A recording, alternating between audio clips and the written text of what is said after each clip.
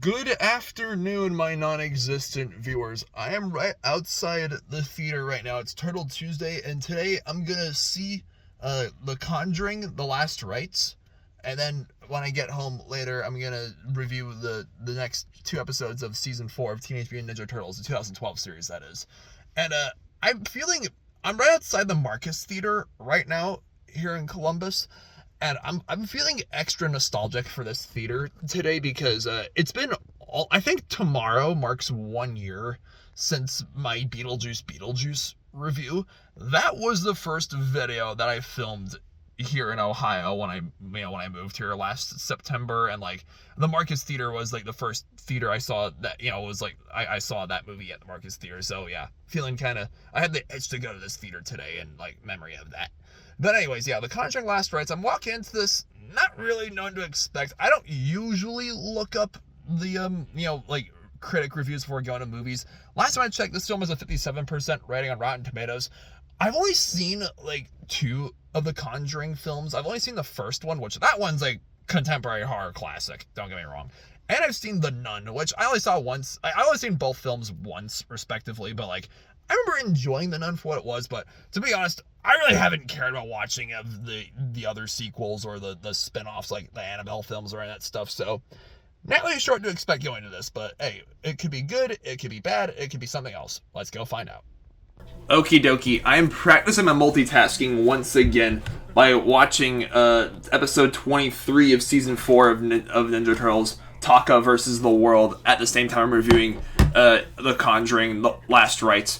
I gotta say, like I said, I've only seen the first Conjuring and The Nun. I like this one more than The Nun, but not as much as the first film. Like, Ed and Lorraine Warren, being, played by Patrick Wilson and Vera, I forget what her last name is. Yeah, really good performances all around. And there were a lot of really creepy moments that did, get me. Like, the opening scene especially was, really gripping.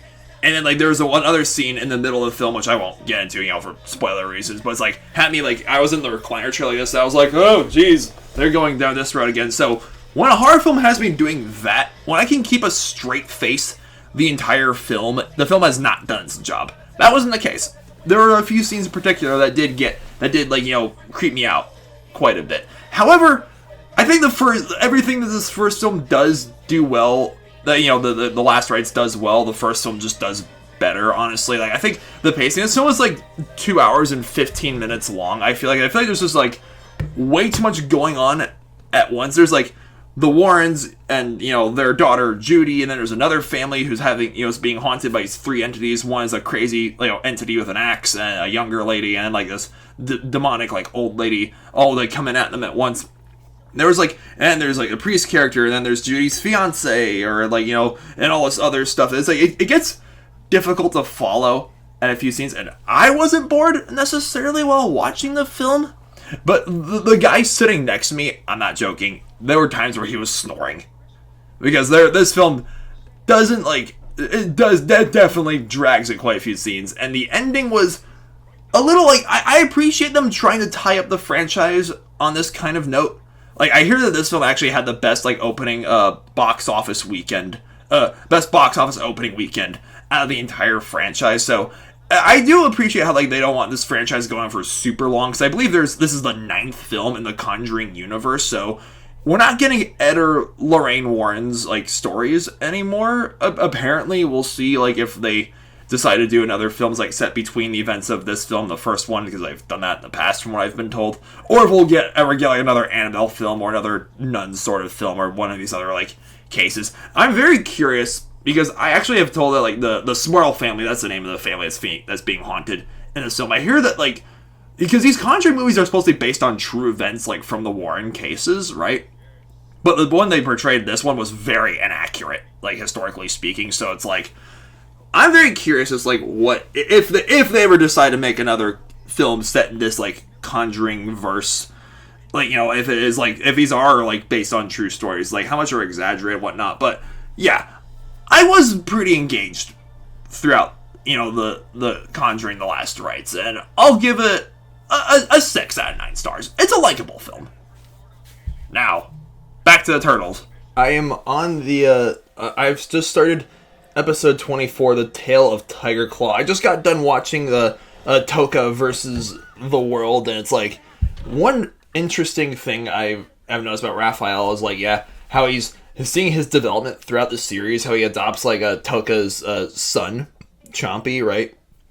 And he realizes he says like, oh, as a ninja, you have to know when it's time to have a heart like a stone. So he wants to give Chompy back at the end of the episodes before Toka, burns the whole world to a crisp. But Toka decides to have Raph keep Chompy. So Chompy's like the new Slash, basically, or before Slash became a mutant, that is. And yeah, like, and also it was really great seeing Bishop again in that episode, like, how he's with the ERF guys who want to kill Toka, but he's like, no, we don't know what we're dealing with, and it was great seeing Bishop again. He was kicking loads of ass, just like the Turtles. And now really great episode, all things considered, yeah. And this the Tale of Tiger Claw. So apparently this fox-like mutant is the one who took. Oh, here she is. I'm 6.5 minutes into the episode, right? Apparently, she's the one who took Tiger Claw's tail, and I've been looking forward to like a Tiger Claw like origin story episode. Well, I don't know if we're gonna get it this one, but yeah, we're back in the Tiger Claw and Bebop and Rocksteady. I'm wondering. I've been wondering if we ever get a Tiger Claw origin story episode. Delving how into he became a mutant, so to speak. But yeah, like Tiger Claw's, out of all of Shredder's goons, Tiger Claw's my favorite. Like, call me biased because I've talked about this before in other episodes. Like I love big cats very, very, very, very much. It's my favorite group of animals. But like also like Tiger Claw, he's just like everything about him is just so menacing, and he's just very entertaining at the same time. Yeah. So the suspenseful music, the foxy lady or the fox mutant thing is in the martial arts shop or the museum. We'll see what happens. Alright, so we just got the whole, comic book backstory with Alopex and the cursed blades of vengeance, and even the slightest scratch on somebody will curse him forever. And guess what? She lightly scratched Casey's face.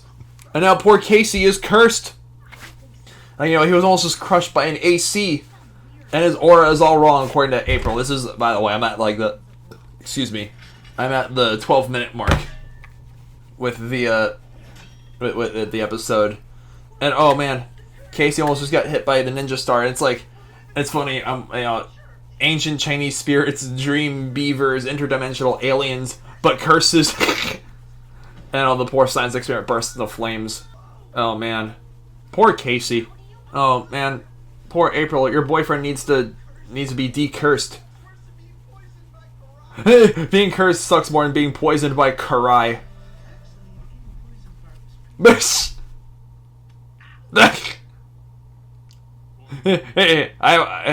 Casey got flicked by April because he's getting poisoned by Karai. Part was sweet because Karai kissed him. He. Oh, Leo, the one-liners. Let's go fox hunting. Yes, yes, yes. Oh, we're finally getting Tiger Claw's backstory. We were children in our small village. There was a magic door we entered. Robotic clicking. Oh, it must have been is it the Krang or is it the Yeah, mutated and experimented us. Oh, so they got mutated. So maybe Bebop and Rocksteady got mutated. They must have been dunked in a pool of mutagen. And they were allies at first, and they ran away. Refuge in a circus sideshow. Oh man. Yeah, because, people love seeing big cats at circuses. The skills were too valuable. Oh, their skills were too valuable for the circuses, so they became top-level assassins in, the criminal underworld, and they became notorious and feared. It makes sense. Oh, she turned on him first and cut off his tail. And, he thinks that, oh, well, why would Alopex just turn on Tiger Claw all of a sudden if they were friends at first? Man.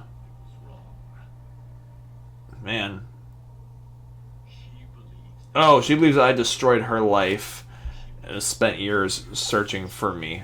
Oh, Maybe because it's Tiger Claw's fault that got mutated in the first place, I guess. There we go. Okay, I was very curious as to how Tiger Claw became a tiger in the first place. Okay, I just watched the final fight scene. Oh my, holy cow! So, I think I mistook. Alopex and Tiger Claw were siblings, right? And it's Tiger Claw's fault they got mutated. After the fight scene, like, oh my gosh, it was spectacular. Like, Raph took a bullet, or I guess a laser shot, for Casey, and April fired she telekinetically pulled the freeze gun out of Tiger Claw's paws and shot the blades of vengeance with the ice beam and shattered the blades, and now Casey Jones's curse is broken. And it's like and Alopex warns Tiger Claw, oh. And wait, the blades are destroyed. Okay, so these are different blades that Alopex is using. And she scratched Tiger Claw with her new blades and giving him a chance, like, hey, turn away from his wickedness. Which, again, part of me is like, I guess we'll find out when season 5 rolls around. Part of me is still kind of like banking on the idea of all the, the mutants that work for Shredder, turning on him eventually. We'll see if that ever happens. We'll see because obviously, Dog Pound and Zever have, put aside their differences of the Turtles twice now. First time being in season 1 with the Baxter Stockman episode and that, laser maze thing where they had to work together to get out. And, of course, the season 3 finale before, Shredder backstabs Master Splinter and they go on the whole adventure in space to, with the Triceratons and everything. Tale of Tiger Claw and Toka versus the World. 2 really great episodes. I'm really psyched, guys. My new job starts tomorrow, and oh my gosh, it's like I'm getting a case of the pre-first night jitters. I'm playing. I actually turned on my Xbox for the first time in over a year since I moved here. I've been playing Minecraft again. It's like it's gonna be the rest of the year. I'm gonna be very, very busy, but it's gonna be really productive. I know it. Thank you guys so much. I hope you guys enjoy this Turtle Tuesday, and subscribe. Stay beastly.